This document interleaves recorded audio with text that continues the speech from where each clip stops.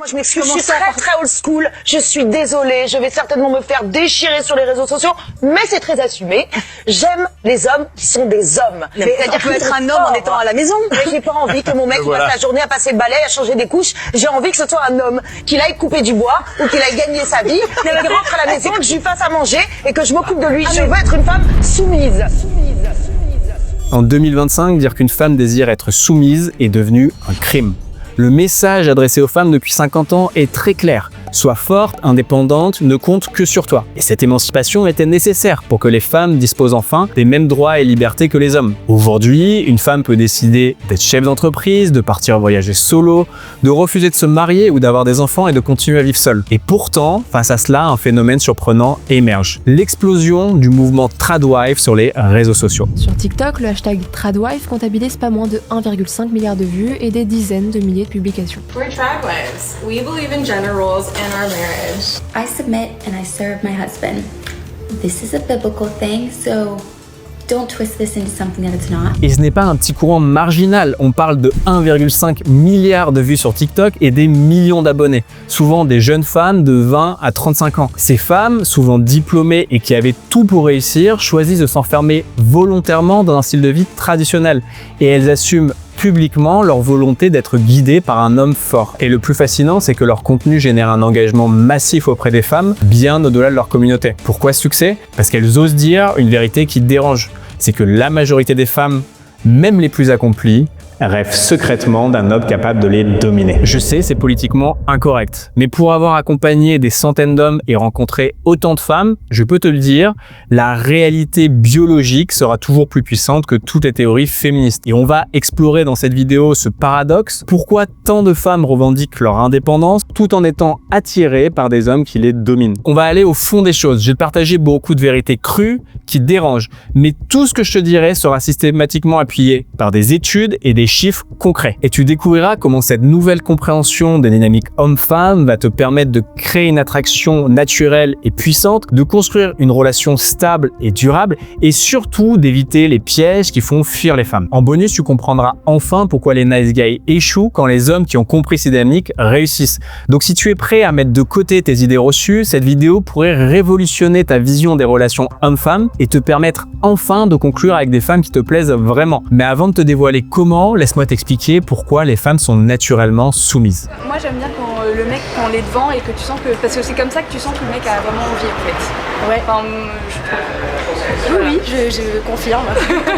Première vérité qui dérange, toutes les femmes sont soumises sexuellement. C'est un fait brutal et je vais te le prouver. Bien sûr, on parle de soumission consentie. C'est essentiel de le préciser. Cette attirance pour la soumission est universelle, bien que politiquement incorrecte. La plupart des femmes ne le reconnaîtront jamais en public, parce que c'est tabou et ça vient en contradiction directe avec le fait d'être une femme forte et indépendante. Mais pour avoir côtoyé des centaines de femmes, je vais te donner un conseil précieux. N'écoute pas ce que les femmes disent, regarde ce que les femmes font. Et quand tu regardes ce qu'elles font, un point saute aux yeux. Les femmes dévorent de la littérature érotique. Tu connais pas? Laisse-moi t'expliquer la recette magique qui excite toutes les femmes. Une héroïne jeune, belle, innocente, intelligente, avec une force de caractère cachée, va rencontrer un homme plus âgé. Cet homme est riche, puissant et mystérieux et surtout plus expérimenté. Et instantanément, entre eux va se créer une tension puissante. Et l'héroïne, qui dans un premier temps va essayer de résister, va finir par s'abandonner totalement entre ses mains expertes. L'exemple parfait est 50 nuances de Grey, le best-seller qui a explosé tous les records. Dedans, une étudiante innocente tombe sous le charme de Christian Grey, un milliardaire qui lui propose une relation de domination avec contrat et salle de jeu. 132 millions de femmes ont dévoré ce livre et ce n'est ni un hasard ni une coïncidence. Et soyons honnêtes, elles ne l'ont pas lu pour la fortune ou le physique de Christian Grey. Sauf que nous, les femmes, on a vachement apprécié. Et pourquoi d'après vous? Soumission, domination. J'ai posé la question aux femmes, à quand remonte la dernière fois où ton mari t'a claqué contre le mur, où t'as pris de façon sauvage, bestiale? Ça fait un bon moment, avec un grand smile. C'est vrai que pour nous les femmes, à partir du moment où on se sent en confiance avec un homme, bien sûr que nous aimons la douceur, mais nous aimons aussi un peu plus de tonus, un peu plus de puissance. Les chiffres ne mentent pas, 92% des femmes avouent aimer la soumission. Plus surprenant encore, une étude de 2009 révèle que 62% des femmes ont des fantasmes de viol plusieurs fois par an. Et soyons clairs, avoir un fantasme de viol ne veut pas dire vouloir se faire violer dans la vraie vie. Ces statistiques 2024 de la plateforme Pornhub enfoncent le clou. Les femmes sont 37% plus nombreuses que les hommes à regarder des vidéos de la catégorie gangbang, 36% de plus à regarder des vidéos de double pénétration, 33% des vidéos hardcore et 30% de plus des vidéos de bondage. Ces chiffres sont stupéfiants. Même moi qui utilise ces dynamiques, j'étais surpris que les femmes soient plus attirées que les hommes par les contenus de type hardcore ou gangbang. Et là, tu dis peut-être, ok Sylvain, mais le BDSM c'est un truc extrême pour les gens chelous. Eh bien, détrompe-toi. Oublie le cliché la femme en vinyle avec une boule dans la bouche. Le BDSM, pour bondage discipline, domination, soumission, sadomasochisme, est beaucoup plus vaste et nuancé que ça. Cela inclut des pratiques soft, des jeux de pouvoir légers, appelle-moi monsieur, des ordres, à genoux, ne bouge pas, les yeux bandés, un langage cru, des jeux de rôle, etc. Évidemment, certaines femmes n'aiment pas le BDSM ou 50 nuances degrés, mais toutes les femmes aiment des formes de soumission légères. Et en fait, ce qui va varier d'une femme à l'autre, c'est l'intensité de la soumission qui va l'exciter. Pour le constater, essaye de trouver une femme qui n'aime aucune de ces pratiques. Se faire maintenir les bras ou les poignets, se faire plaquer contre un mur ou contre un lit, se faire prendre en levrette, recevoir des fessées modérées, se faire tirer les cheveux à la base de la nuque. Ce sont toutes des pratiques de soumission et chaque femme va au moins en apprécier une. D'ailleurs, cette vidéo est une super illustration.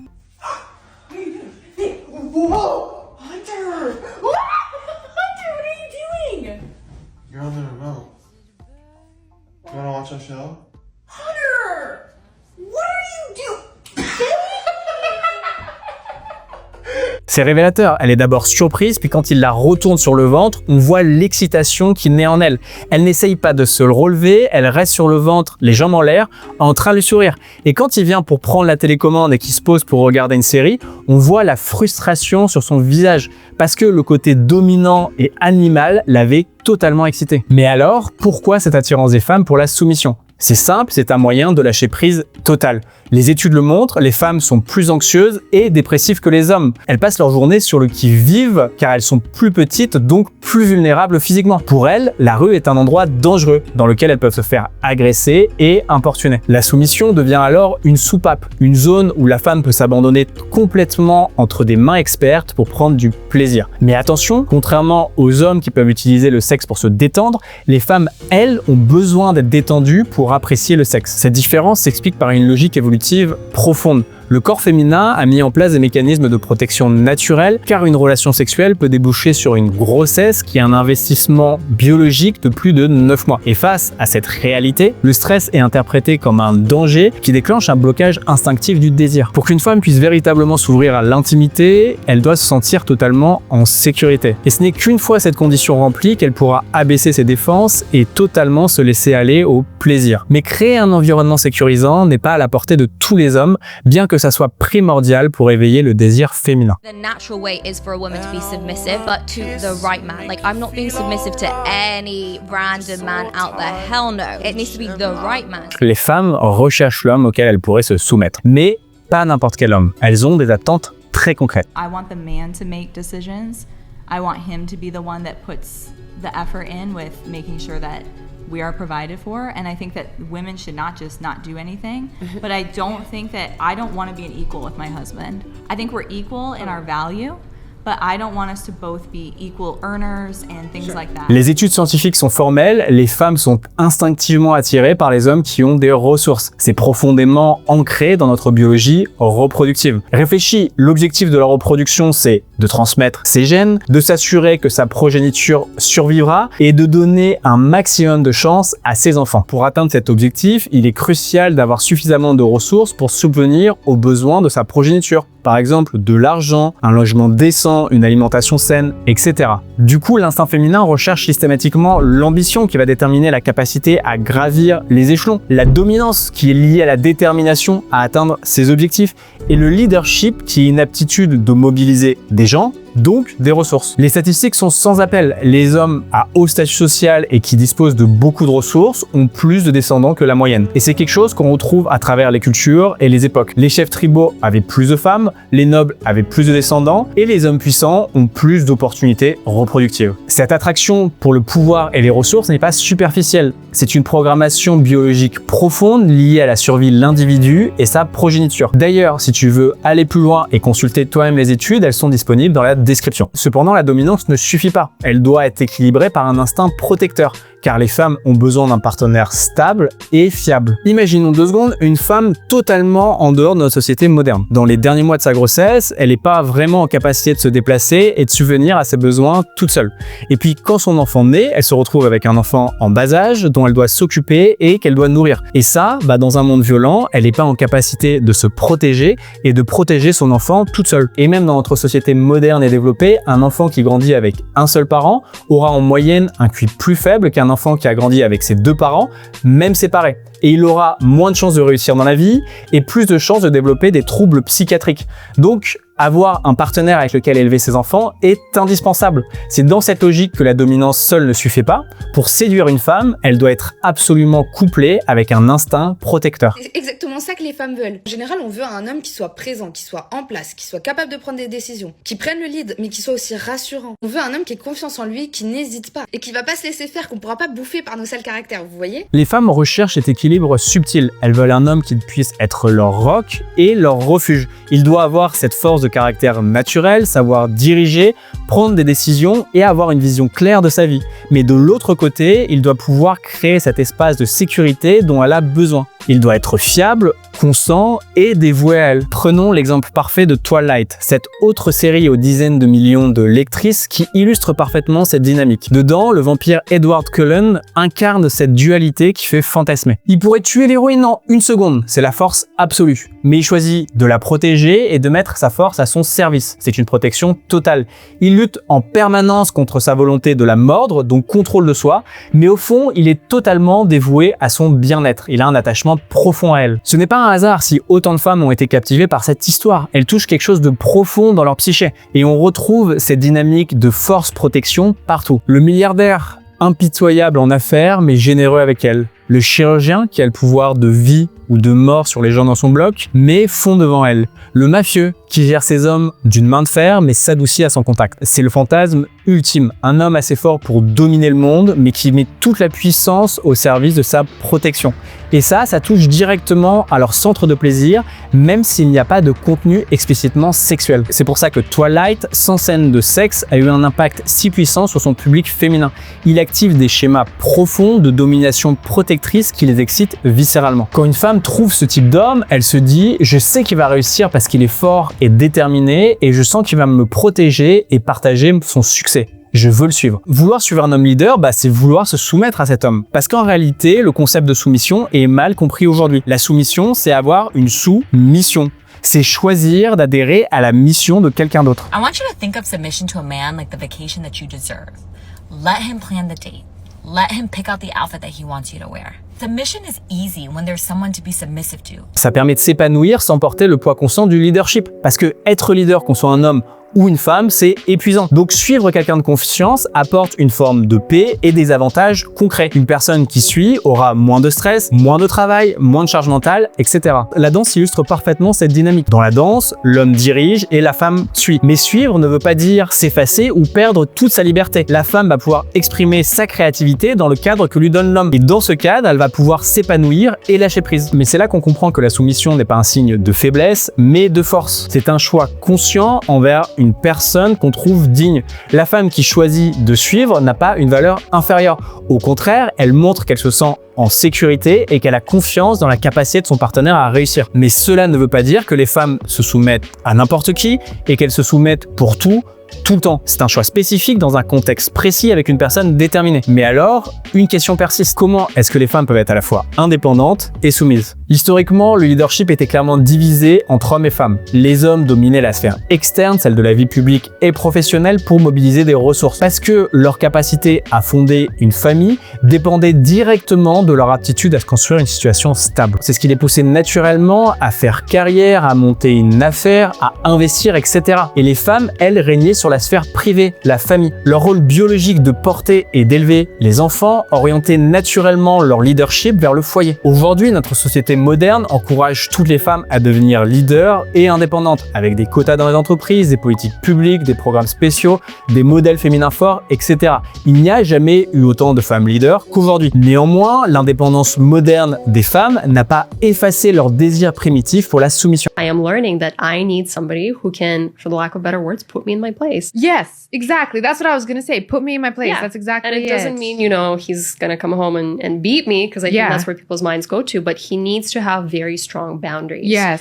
Because I find a lot of Western men don't have strong boundaries. Yes. So plus une femme occupe une place de pouvoir dans la société, plus elle recherchera un homme capable de prendre les choses en main en privé. C'est un paradoxe fascinant. Le féminisme a libéré les femmes socialement, mais n'a pas reprogrammé leurs désirs profonds. Au contraire, la pression du leadership leur donne encore plus besoin de lâcher prise dans l'intimité. C'est comme une loi de compensation psychologique. En journée, elles dirigent des équipes et prennent des décisions cruciales, et dans le privé, elles aspirent à se décharger de ce fardeau avec un homme suffisamment dominant pour leur permettre de lâcher prise. Cette dualité n'est pas une contradiction, c'est une adaptation moderne à des désirs ancestraux. Leur indépendance professionnelle n'a fait qu'élever ce qu'elles considèrent comme un homme capable de les sécuriser en privé. Avant, le statut social suffisait à juger la qualité d'un homme, mais aujourd'hui, comme elles sont elles-mêmes indépendantes, elles utilisent d'autres critères pour choisir un homme auquel se soumettre. Il existe 3 domaines dans lesquels toutes les femmes recherchent le leadership masculin. Et oui, même les féministes. Ces domaines sont cruciaux car ils leur servent de critères d'évaluation. Échouer à l'un d'eux peut être éliminatoire. Premier, le leadership émotionnel, maîtriser les situations complexes avec calme. Les femmes vont tester cela via ce qu'on appelle des she-tests. Ces tests sont des provocations inconscientes qui visent à évaluer l'homme et sa capacité à poser des limites. Pour cela, elles vont pouvoir aussi créer des situations de tension ou de drama pour voir sa réaction face au stress ou au conflit. Ces tests visent à vérifier la stabilité émotionnelle de l'homme, car un homme stable émotionnellement renforce le sentiment de sécurité. Mais ils sont incompréhensibles pour les hommes qui ne comprennent rien à la séduction. Ils vont se dire « mais putain, qu'est-ce que j'ai encore fait de mal ?» Voici des exemples typiques. Tu dis ça à toutes les filles alors que tu viens lui dire un truc random. « Non mais je préfère les mecs musclés » alors que tu n'es pas musclé du tout. « Ah, ce mec là-bas il est trop canon » alors que vous êtes en train de vous balader ensemble. « Non mais fais ce que je veux d'abord » alors que tu essaies de lui poser une limite, etc. Mais si tu te fais she-test, en soi, c'est positif. C'est qu'elle te considère comme un partenaire potentiel et qu'elle teste ta valeur. Et c'est ce qui est triste avec les hommes qui ne connaissent pas la séduction, c'est qu'ils se font totalement déstabiliser par ces petites phrases assassines. Alors qu'au contraire, c'est le moment de marquer des points. Parce que si tu réponds bien à un she-test, son intérêt augmente instantanément. Ensuite, on a deuxièmement, le leadership relationnel, savoir prendre des initiatives. Elles attendent que l'homme fasse le premier pas et dirige. Dans la phase de séduction, ça va passer par quelques actions clés. Par exemple, proposer le date et choisir le lieu, c'est très important. Choisir l'endroit où s'asseoir dans le bar, orienter les sujets de conversation vers des choses excitantes, prendre les devants pour embrasser et proposer de ramener chez soi. Dans les relations, cela inclut l'organisation d'activités communes, de week-ends, de voyages, de soirées, la prise d'initiative pour améliorer votre espace de vie, lancer des conversations difficiles, avoir une vision du couple à long terme, etc. L'hésitation et le manque de direction sont perçus comme des signaux d'alarme. Pour elle, cela revient à de l'incertitude sur l'avenir et un danger pour s'engager avec lui. Et enfin, troisièmement, leadership sexuel, maîtriser l'intimité. Comme nous l'avons vu, cette dimension du leadership masculin est très importante parce que la femme va se calibrer sexuellement sur l'homme. Pourquoi ? Parce qu'elle a peur de se faire juger et de nuire à sa réputation. Elle va donc ajuster son niveau luxure à celui de l'homme. Si l'homme la traite comme une petite vierge, elle va se comporter comme une petite vierge. Mais si l'homme la considère comme un être sexuel et lui permet d'être une salope dans le bon sens du terme, alors elle va laisser libre cours à ses envies et ses fantasmes. Mais le problème, c'est que si tu n'es pas capable d'assurer ces 3 leaderships, alors tu ne pourras jamais faire résonner le côté soumise d'une femme. Les femmes recherchent naturellement des hommes capables de direction et d'assurance, ou dit autrement, des hommes dominants et leaders. Et si tu n'es pas capable de l'être, alors tu seras son ami, mais tu ne seras jamais un petit ami potentiel. En fait, le problème du gentil trop gentil, c'est qu'il ne prend aucune décision. Il ne s'impose pas. Il vit un peu pour l'autre. Il va être tellement gentil qu'il va pas prendre le lead, il va pas affirmer sa personnalité. C'est quelqu'un qui va toujours dire oui, on mange où tu veux, on fait ce que tu veux. Et les femmes, le truc, c'est qu'elles aiment pas du tout ça. Ce qu'on recherche, c'est un homme qui prend des décisions, qui nous embarque avec lui. C'est très simple. Sans leadership émotionnel, tu seras perçu comme instable ou faible. Sans leadership relationnel, tes interactions n'avanceront pas, comme très peu de femmes feront le premier pas à ta place. Sans leadership sexuel, ton intimité sera fade ou inexistence car les femmes s'alignent sur l'énergie masculine. C'est pour ça que tous les nice guys échouent avec les femmes et qu'ils se font systématiquement friendzoner. Ils disent oui à tout et n'osent pas s'affirmer en tant que leader. Et cette passivité, elle va à l'encontre des dynamiques naturelles d'attraction entre les sexes. En réalité, au-delà des préjugés et des malentendus, la soumission est quelque chose de positif, mais le mot fait peur. So the word submissive has a negative connotation on it, so what would probably be more digestible for women's ears would be willful cooperation. If your man has a good program and it's trusted, proven, and justified authority in that relationship, authority with responsibility because he's responsible for the outcomes of the relationship. If you have that, you're naturally going to follow. Un homme leader ne veut pas dire un dictateur sur tous les aspects de sa vie qui lui fera porter une burqa et rester à la cuisine. La place de la femme, c'est à la cuisine. C'est plutôt quelqu'un capable de prendre des décisions dans son domaine de compétence, la femme gardant son autonomie décisionnelle dans ses propres domaines, et chacun écoutant l'autre avant de prendre une décision. Et bien sûr, ces domaines varient en fonction des couples, on est tous différents. Mais la femme, c'est qu'elle peut compter sur son partenaire, et si elle veut, quand elle veut, lui laisser les rênes. Elle lui fait confiance. Mais c'est totalement une forme de soumission à son partenaire, et cette dynamique favorise l'harmonie et la coopération. Dans ce deal, la femme obtient ce qu'elle veut, des ressources et la sécurité, et l'homme obtient la garantie qu'elle lui restera dévouée. D'ailleurs, les couples qui durent sont les couples où l'homme prend son rôle d'homme et de leader en harmonie avec sa femme. Mais de mon expérience de coach en séduction, les hommes aujourd'hui sont totalement déstabilisés par le féminisme moderne et l'émancipation des femmes. Ils ne savent plus incarner un leadership naturel et tendent soit à infantiliser les femmes, soit à se faire materner par elles sur tous les aspects de leur vie. Au fond, ils n'arrivent plus à comprendre leur rôle d'homme dans le couple, ni comment se comporter avec les femmes. Leur compagne se retrouve à tout gérer avec une énorme charge mentale, l'homme ne lui apportant plus aucune sécurité, ce qui tue le désir féminin et le couple sur le long terme. Résultat, elle les quitte. En France, 75% des divorces sont à l'initiative des femmes. Pourtant, malgré ce que les féministes veulent nous faire croire, la masculinité, au même titre que la féminité, est indispensable à l'équilibre humain. Aujourd'hui, nous avons tendance à confondre masculinité avec les comportements antisociaux et toxiques d'une minorité d'hommes. Violence, etc. Alors que la vraie masculinité incarne des valeurs totalement opposées. Responsabilité, courage, intégrité, maîtrise de soi et oser prendre son rôle d'homme dans son couple permet d'avoir une relation durable et épanouie pour les deux. Ce n'est pas facile tous les jours, mais c'est notre idéal avec comme intégral et c'est ce que nous aidons nos clients à atteindre. Cependant, il se peut qu'aujourd'hui, malgré tous tes efforts, tu n'arrives pas à rencontrer des femmes qui te plaisent. Si c'est le cas, je t'ai préparé une vidéo pour t'apprendre à rencontrer et séduire une belle femme en moins de 30 jours, même si tu n'as aucune expérience et que tu fais que te prendre des râteaux. Cette vidéo synthétise les 33 années d'expérience de notre équipe de coach basée sur des milliers de tests sur le terrain pour trouver la femme de tes rêves sans y passer des années. Cerise sur le gâteau, elle est totalement gratuite et accessible sur YouTube. En regardant cette vidéo, tu vas apprendre comment te positionner comme leader pour amener la rencontre naturellement et conclure avec les femmes qui te plaisent. Et en bonus, tu découvriras même comment répondre à ces fameux shit tests. Mais attention, profites-en rapidement parce que c'est pas dit qu'elle reste éternellement sur YouTube. Vu la qualité, elle va sûrement finir en formation payante. Donc clique ici pour y accéder. C'était Sylvain d'Homme Intégral et je te dis à très bientôt.